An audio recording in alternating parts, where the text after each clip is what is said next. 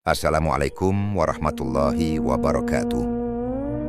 Selamat datang di channel Mega Abang, menceritakan kisah horor, misteri, dan kisah nyata. Jangan lupa dukung channel ini dengan subscribe, like, dan komen. Selamat mendengarkan. Langit desa Blimbing Timur sore itu tampak muram, seakan mencerminkan isi hati Rian di usia 27 tahun. Ia masih tinggal bersama ibunya dan belum juga mendapat pekerjaan tetap. Sudah 3 bulan sejak pabrik tempatnya bekerja tutup mendadak karena bangkrut. Sejak itu, hari-harinya diisi dengan membantu di kebun kecil belakang rumah, kadang ikut mengantar hasil panen ke pasar, dan sesekali menerima upah dari tetangga yang butuh bantuan bangunan. Semua serabutan, tak cukup untuk menabung, bahkan untuk makan pun pas-pasan. Rian bukan malas.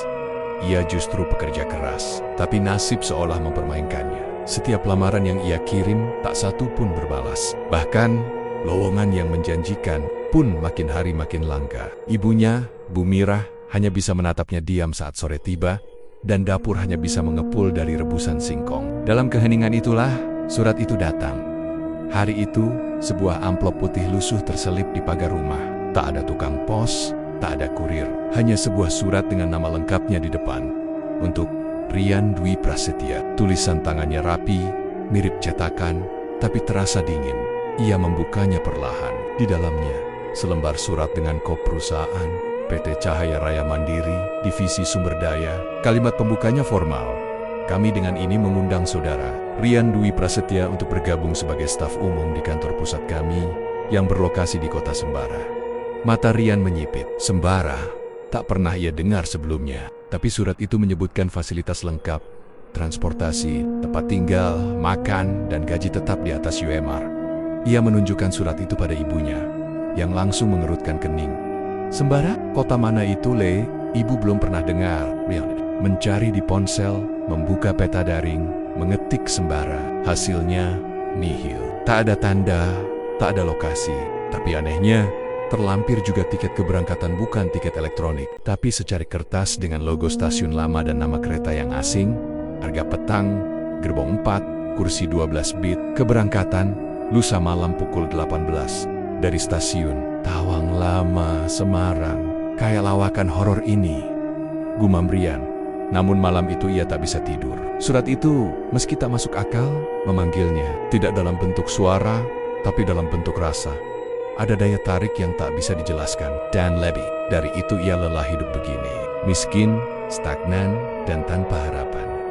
Pagi berikutnya, ia bertanya pada beberapa orang di pasar soal kota Sembara. Jawabannya seragam, tak ada yang tahu. Bahkan pedagang yang pernah merantau pun tak pernah dengar kota itu Kota Baru Koli. Mas, mungkin semacam kawasan industri yang baru dibangun. Kalau nggak ketemu di Google, itu mah hoax. Namun Rian sudah memutuskan. Ia tak punya banyak yang bisa ditinggalkan. Sore harinya, ia mulai berkemas. Hanya membawa tas ransel kecil berisi pakaian, sedikit makanan kering, dan buku doa pemberian. Almarhum ayahnya, saat malam keberangkatan tiba, ia pamit pada Bu Mirah.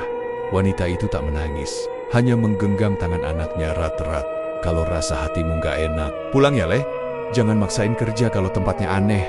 Rian mengangguk. Ia memeluk ibunya, lalu berjalan kaki menuju stasiun kecil yang terhubung ke Semarang. Dari sana, ia naik kereta lokal hingga ke stasiun Tawang Lama, tempat yang sudah jarang dipakai dan tampak setengah terbengkalai. Anehnya, kereta Arga Petang benar-benar ada. Ia berdiri di peron sunyi, gerbongnya menghitam tapi masih tampak kokoh. Tak ada penumpang lain kecuali seorang petugas berseragam lama yang mengangguk tanpa senyum saat memeriksa tiketnya. Gerbong keempat, kursi 12 bit, jangan pindah, Mas. Ucap petugas itu, datar.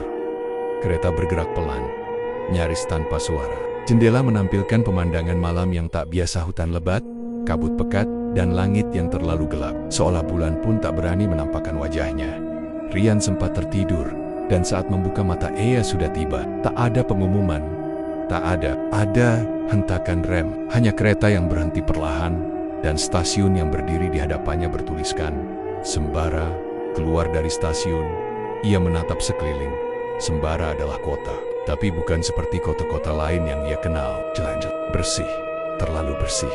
Tak ada kendaraan, tapi tak ada debu. Pohon-pohon tertata rapi, tapi Dondonia tak pernah jatuh. Udara terlalu dingin untuk malam tropis, dan yang paling ganjil, tak terdengar suara apapun. Tidak jangkrik, tidak angin, tidak bahkan suara langkahnya sendiri, seolah tanah menyerap. Segalanya sebuah mobil hitam sudah menunggu. Sopirnya tak berkata sepatah kata pun, hanya mengangguk dan membuka pintu. Di dalam mobil, bau bunga melati samar memenuhi udara. Rian menatap keluar jendela sepanjang jalan, tapi semua terlihat aneh. Gedung-gedung modern berdiri dengan elegan, tapi lampu-lampanya tidak berkedip. Langitnya kelabu, tanpa bintang. Ini kota, bisiknya. Atau mimpi? Mobile Bird. Di depan gedung tinggi dengan plakat perak bertuliskan PT Cahaya Raya Mandiri. Kantor pusat pintu terbuka sendiri, dan seorang wanita berseragam hitam menyambutnya. Wajahnya cantik, tapi terlalu pucat. Senyumnya manis, tapi tak menyentuh mata. Selamat datang, Pak Rian. Anda tepat waktu. Rian menelan ludah. Kakinya melangkah masuk ke dalam gedung tanpa sadar. Di dalam, suasana hening. Tak ada suara pendingin. Udara, tak ada derit lift, tak ada derap sepatu. Waktu seolah berhenti. Dan ia pun tahu, hidupnya sudah memasuki ruang yang tak akan bisa ia tinggalkan begitu saja. Hari pertama kerja Rian dimulai pukul 7 pagi. Atau begitulah jam dinding di lobi menyatakan. Tapi matahari tidak tampak di langit sembarahannya. Langit abu yang tak pernah berubah sejak malam ia tiba. Gedung tempatnya bekerja menjulang 15 lantai, dengan kaca luar mengkilap seperti gedung perkantoran modern di kota besar. Tapi ada sesuatu yang membuat tempat ini terasa seperti tiruan. Terlalu bersih, terlalu rapi. Tidak ada bekas sepatu di lantai marmernya. Tidak ada suara printer atau dering telepon. Bahkan suara ketikan komputer pun terdengar. Ritmis, seragam, seperti orkestra yang dipaksa bermain nada yang sama. Rian ditempatkan di divisi umum. Ruangan luas dengan mahameja kerja berderet simetris. Semua berwarna abu-abu. Ia duduk di sebelah pria bernama Haris Tinggi. Kurus, selalu mengenakan kemeja lengan panjang putih yang tampak tak pernah kusut. Haris menyapanya dengan suara pelan. Selamat datang, Mas Rian. Kerjanya tenang di sini, tidak banyak gangguan. Jam kerjanya mulai jam berapa? Tanya Rian, berusaha ramah. Haris menoleh perlahan. Tak ada jam tetap. Kita datang saat dibutuhkan, pulang saat pekerjaan selesai. Jawaban yang tak membantu. Tapi Rian mengangguk saja, mencoba membaca situasi. Di seberangnya, seorang perempuan muda sedang mengetik. Wajahnya cantik, tapi tak pernah berkedip. Namanya Dita. Ia tidak bicara sama sekali. Bahkan ketika Rian mencoba menyapa, beberapa kali Rian memperhatikan tangannya bergerak cepat di atas keyboard, tapi tak pernah melakukan kesalahan, dan layar monitornya kosong. Tak ada kata, tak ada angka, hanya putih terang menyilaukan. Saat jam menunjukkan pukul 2 siang, Rian bangkit hendak mencari kantin, tapi tak seorang pun berdiri. Bahkan saat ia mengajukan pertanyaan langsung, Haris hanya menjawab, "Kami tidak makan di sini. Kalau Anda lapar, coba ke lantai 12. Ia menaiki lift. Tombolnya tak berangka, hanya simbol-simbol aneh yang tak pernah ia lihat sebelumnya. Ia menekan tombol dengan simbol seperti daun mengering. Lift naik tanpa suara dan berhenti dengan pintu terbuka ke lorong panjang bercahaya redup. Tidak ada kantin, hanya ruangan-ruangan tertutup dengan kaca buram dan suara samar di kejauhan, suara orang berbisik-bisik atau mendoakan. Ayam kembali ke meja. Tapi rasa lapar tak juga hilang. Tidak ada bau makanan, tidak ada suara makan siang, seolah waktu di tempat ini tidak mengenal jeda. Malam harinya, ia tinggal di kamar kecil di lantai paling atas gedung. Kamarnya bersih, lengkap dengan tempat tidur, meja kerja, dan jendela besar yang menghadap ke kota-kota yang tidak pernah ramai. Cahaya jalan tetap menyala, tapi tidak ada kendaraan, tidak ada suara. Ketika ia hendak tidur, suara itu datang, ketuk, ketuk, ketuk. Dari dinding kamarnya, bukan pintu. Seperti ada yang mengetuk dari balik dinding sebelah. Ia bangkit, menempelkan telinga. Tidak ada apa-apa. Tapi malam-malam berikutnya, suara itu datang lagi. Kadang berupa bisikan samar, kadang tawa kecil seperti anak-anak. Ia mulai bertanya dalam hati, tempat macam apa ini? Hari ketiga, sosok yang semua orang bicarakan akhirnya muncul, Tuan Radin. Ia turun dari lift sendirian, mengenakan jas hitam dengan kerah tinggi. Wajahnya tampak muda, tapi matanya tua. Bukan tua karena umur, tapi tua karena menyimpan terlalu banyak hal. Matanya menatap langsung ke arah Rian begitu ia keluar dari ruang kerja. "Saudara Rian," sapa Tuan Radin. Suaranya lembut namun jelas. "Bagaimana hari-harimu sejauh ini?" "Agak sunyi, Pak," jawab Rian jujur. Tuan Radin tersenyum tipis. Sunyi itu baik, dari sunyi lahir pengertian. Lalu ia berlalu. Tidak seperti atasan lainnya, tak ada asistennya, tak ada pengawalan. Namun semua orang yang dilaluinya berdiri tegak, menunduk, lalu kembali bekerja begitu ia pergi. Seperti mengikuti ritual yang tak pernah diajarkan, tapi sudah lama ditanamkan. Rian mulai merasa asing. Ia mencatat segala kejanggalan. Tidak ada daftar tugas, tapi semua karyawan seolah tahu apa yang harus dilakukan. Tidak ada presensi, tapi semua tahu siapa yang datang terlambat. Tidak ada diskusi, tapi semua proyek selesai tepat waktu. Satu-satunya tempat yang terasa manusiawi adalah toilet. Di sana ia bisa berkaca dan melihat wajahnya sendiri. Namun malam keempat, ia melihat bayangan lain berdiri di belakangnya tidak jelas. Hanya seperti kabut gelap dengan mata merah redup. Saat ia menoleh, tak ada siapa-siapa. Pagi harinya, ia bertanya langsung pada Haris dengan nada hati-hati. Mas, Haris, tempat ini, kota ini, kenapa semua terasa seperti nggak nyata? Haris diam beberapa saat sebelum menjawab. Tempat ini bukan untuk semua orang. Tapi tidak semua orang dipilih. Saya tidak tahu kenapa Anda dipanggil ke sini. Tapi saya tahu. Tempat ini tidak sembarang menarik orang. Siapa Tuan Radin sebenarnya? Haris hanya menunduk. Kami tidak bertanya tentang beliau. Jawaban itu mengunci pembicaraan. Dan hari-hari berikutnya berjalan seperti dalam mimpi. Rian masih bekerja, masih tinggal di lantai atas, masih mendengar ketukan dari balik dinding. Dan masih merasa bahwa waktu di kota ini tidak berjalan seperti seharusnya. Ia mulai mencatat dalam buku kecil. Setiap suara, setiap wajah, setiap peristiwa yang tidak sesuai logika. Namun semakin ia mencatat, semakin ia merasa tempat ini membaca pikirannya. Ia pernah menulis, "Aku ingin keluar dari sini," dan keesokan harinya, ia tersesat di lorong kantor selama 2 jam, meski hanya hendak ke toilet. Dan malam itu, suara dari balik dinding tak lagi berupa ketukan, tapi kalimat, pelan, berat, dalam bahasa yang tidak ia mengerti, tapi menggetarkan tulangnya. Rian semakin tidak bisa menahan rasa penasaran. Ada hal-hal yang tidak masuk akal di tempat ini, dan ia tidak mungkin terus bekerja seolah semuanya normal. Seminggu telah berlalu sejak ia pertama kali tiba di kota Sembara, dan kejanggalan kini tak bisa lagi ia abaikan. Malam itu, selepas jam kerja, yang entah kapan berakhir, sebenarnya ia berpura-pura kembali ke kamar seperti biasa. Namun begitu suara langkah-langkah di lorong mereda, ia membuka pintu perlahan dan menyelinap keluar. Tujuannya mengikuti Haris. Ia melihat pria itu melangkah cepat menuju lift tanpa menekan tombol. Lift terbuka sendiri seolah mengenali siapa. Rian buru-buru menempel di dinding, menunggu detik-detik hening, lalu masuk ke dalam sebelum pintu tertutup. Tidak ada tombol tujuan, hanya simbol-simbol asing. Dan entah bagaimana, lift itu bergerak. Ketika pintu terbuka, Rian menemukan dirinya di lantai yang belum pernah ia lihat sebelumnya, sebuah aula luas berdinding batu tua, dengan pilar-pilar menjulang dan cahaya redup dari obor yang menyala biru. Tak ada tanda-tanda teknologi modern di sini. Udara terasa lebih berat, aroma tanah basah bercampur kemenyan menguar samar. Ia bersembunyi di balik pilar, dan dari celah batu, menyaksikan sesuatu yang tak bisa dijelaskan. Haris yang selalu tampak manusia biasa berdiri di tengah ruangan. Tubuhnya mulai berubah, wajahnya memanjang, kulitnya menipis seperti daun kering, dan matanya bersinar kekuningan. Di sekelilingnya beberapa sosok lain muncul, masing-masing berubah bentuk. Ada yang menyerupai kera bersayap, ada yang tubuhnya seperti bayangan pekat. Dengan taring menyeringai, mereka berbicara dalam bahasa yang tidak dimengerti Rian. Tapi di antara desisan dan gema asing itu, ia mendengar satu nama disebut berulang, Radin. Tiba-tiba, salah satu makhluk itu yang tampak seperti perempuan tinggi kurus, dengan wajah separuh rusak menoleh langsung ke arah Rian. Matanya gelap, kosong, namun seolah menembus pilar tempat Rian bersembunyi. Kau tak seharusnya melihat. Ini, anak darah tua, desisnya. Rian membeku, napasnya tercekat. Tapi sebelum ia bisa lari, cahaya biru dari obor menyilaukan matanya, dan segalanya gelap. Ia terbangun di ruangannya. Kamarnya tampak sama, namun ada aroma kemenyan samar di udara. Rian bingung apakah ia bermimpi. Tapi di meja kecilnya, ada sebuah benda, batu kecil berbentuk mata, berwarna keemasan, dan berdenyut hangat saat disentuh. Hari itu, Rian mulai melihat segalanya secara berbeda. Rekan-rekan kerjanya tak lagi terlihat palsu.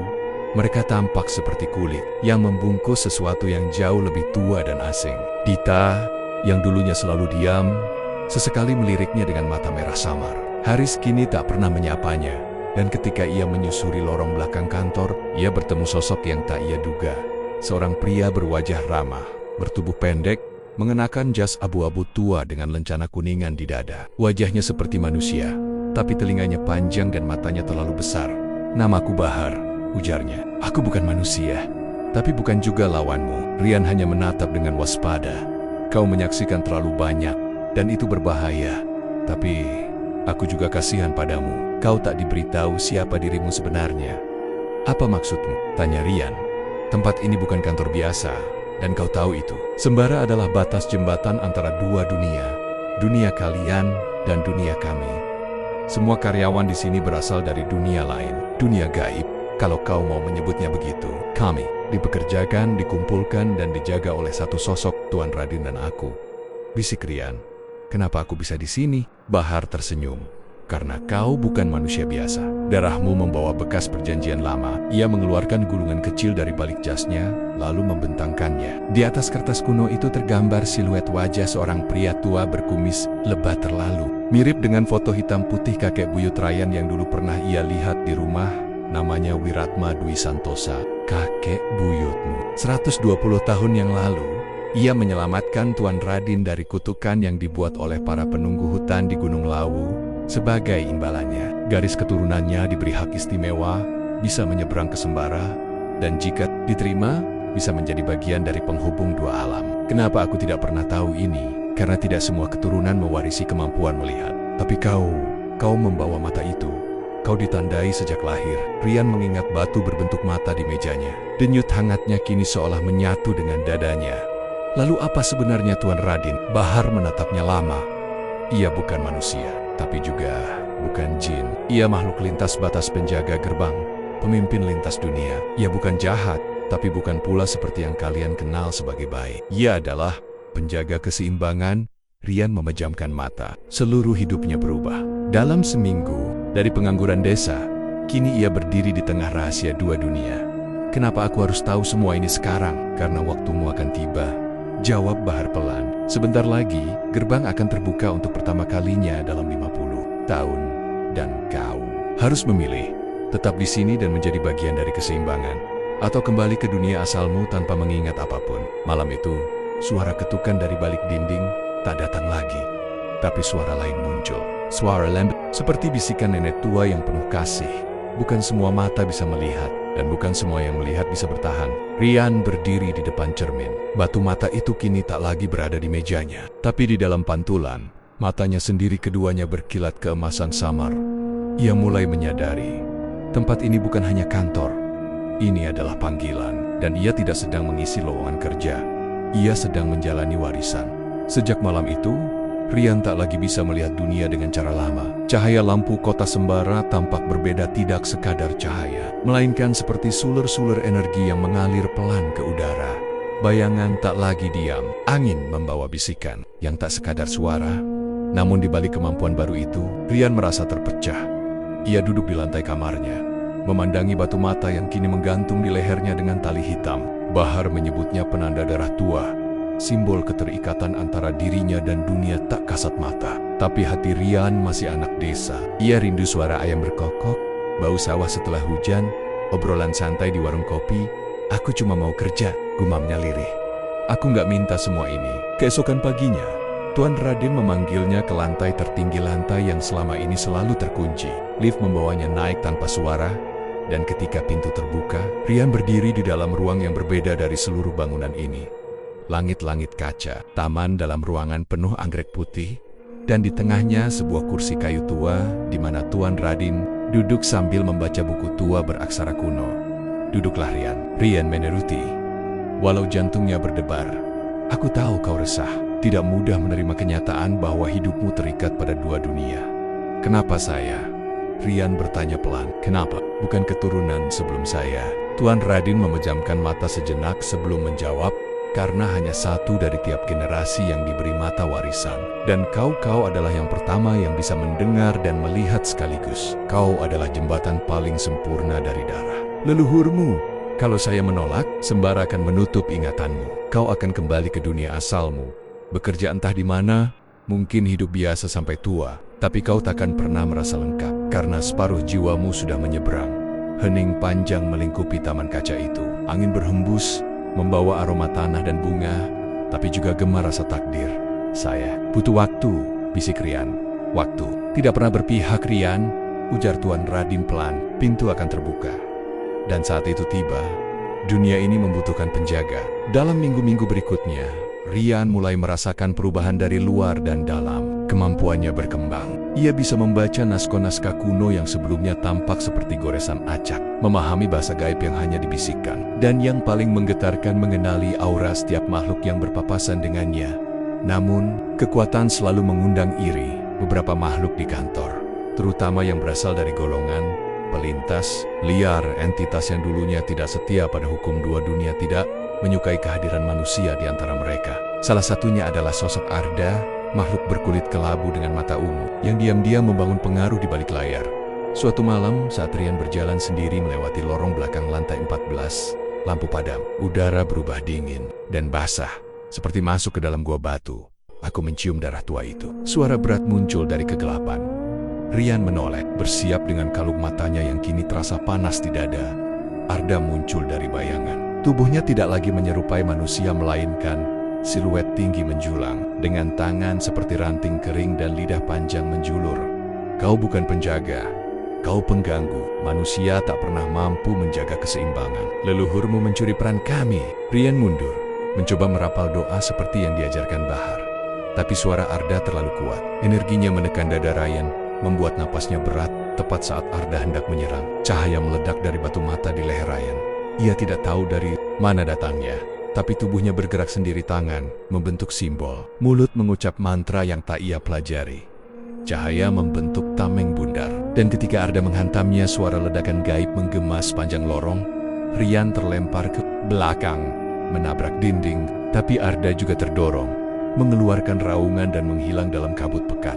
Nafas Rian tersengal, tangannya gemetar. Tapi di antara debu dan sisa cahaya itu, ia mendengar suara lain lebih dalam, lebih tua, lebih mengenal dirinya. Kau bukan sekadar pewaris, Rian. Kau adalah penjaga gerbang. Suara itu bukan dari luar, itu suara dari dalam dirinya sendiri. Keesokan harinya, kantor sunyi. Beberapa makhluk menunduk saat ia lewat. Dita menatapnya lama, sebelum akhirnya berkata untuk pertama kalinya, kau membuat pilihan, walau belum sadar. Bahar menghampiri di lorong. Kau sudah bangkitkan kekuatan leluhurmu. Itu tidak bisa dibatalkan. Arda mundur, tapi dia tidak sendiri. Akan ada lebih banyak yang mencoba. Rian hanya menatap lantai. Aku tak minta ini, tapi aku tidak akan lari. Bahar menepuk pundaknya pelan. Kalau begitu, kau sudah memilih. Dan di sore itu, shot matahari yang jarang muncul di kota sembara muncul di ujung horizon. Rian berdiri di atap gedung kantor Cahaya Raya Mandiri. Angin membawa aroma hutan, dan di kejauhan, langit terbelah samar seperti tirai tipis di baliknya. Bayangan dunia lain menunggu, perlahan membuka diri. Malam ketika gerbang dunia terbuka, kota sembara berubah wujud. Langit tak lagi hitam, melainkan bersinar lembut seperti kain tipis disiram cahaya bulan. Jalan-jalan kota bergelombang samar, seolah seluruh realitas ikut bernafas perlahan. Bang, berkedip dengan bentuk berbeda tiap detik antara struktur modern dan kuil tua yang nyaris terlupakan oleh sejarah. Di tengah itu semua, Rian berdiri di pelataran gedung Cahaya Raya Mandiri, kini berbentuk seperti candi batu berlumut. Di sekelilingnya, makhluk-makhluk dari dua dunia berkumpul, beberapa dengan wujud manusia, yang lain dalam bentuk asli. Berleher panjang, bersisik, berbulu, atau tak berbentuk, mereka menunggu. Di ujung pelataran, Tuan Radin berdiri tegak. Aura tenangnya kini digantikan oleh sesuatu yang lebih agung. Matanya bersinar putih, dan di punggungnya menyembul bentuk-bentuk tak terbaca, seperti sayap dari cahaya murni. Pintu telah terbuka, ujar Radin. Suaranya menggema di kepala semua yang hadir. Dunia manusia dan dunia kami tak lagi sepenuhnya terpisah. Kini penjaga harus dipilih. Beberapa makhluk menggeram. Di antara mereka, Arda kembali muncul meski terluka. Ia tidak menyerah.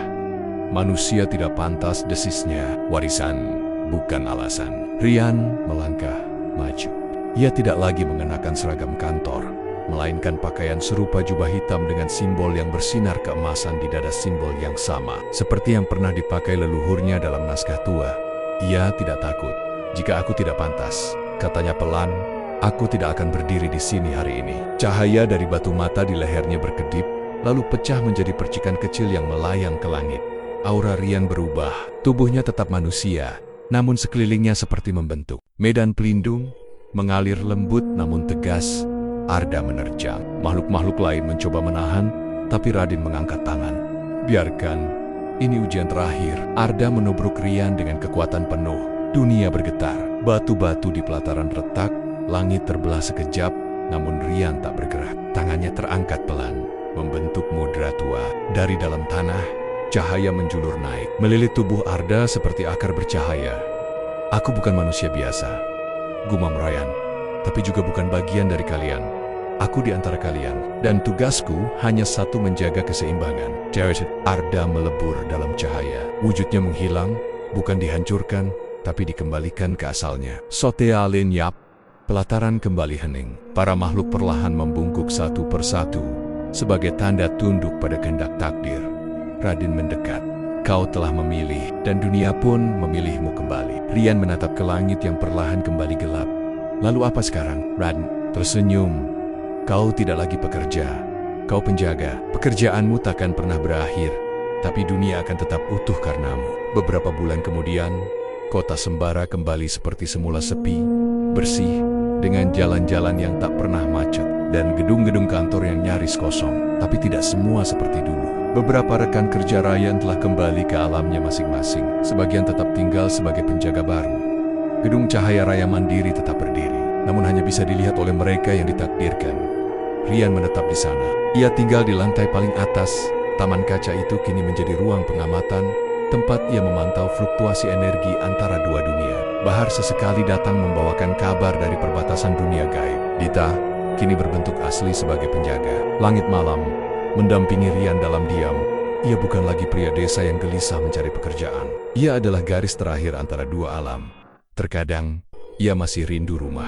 Ia menulis surat-surat yang tak pernah dikirim tentang ibu yang suka masak lodeh kesukaannya, tentang teman-temannya yang suka main gaple malam hari. Tapi ia tahu, semua itu sudah menjadi bagian dari kehidupan yang lain.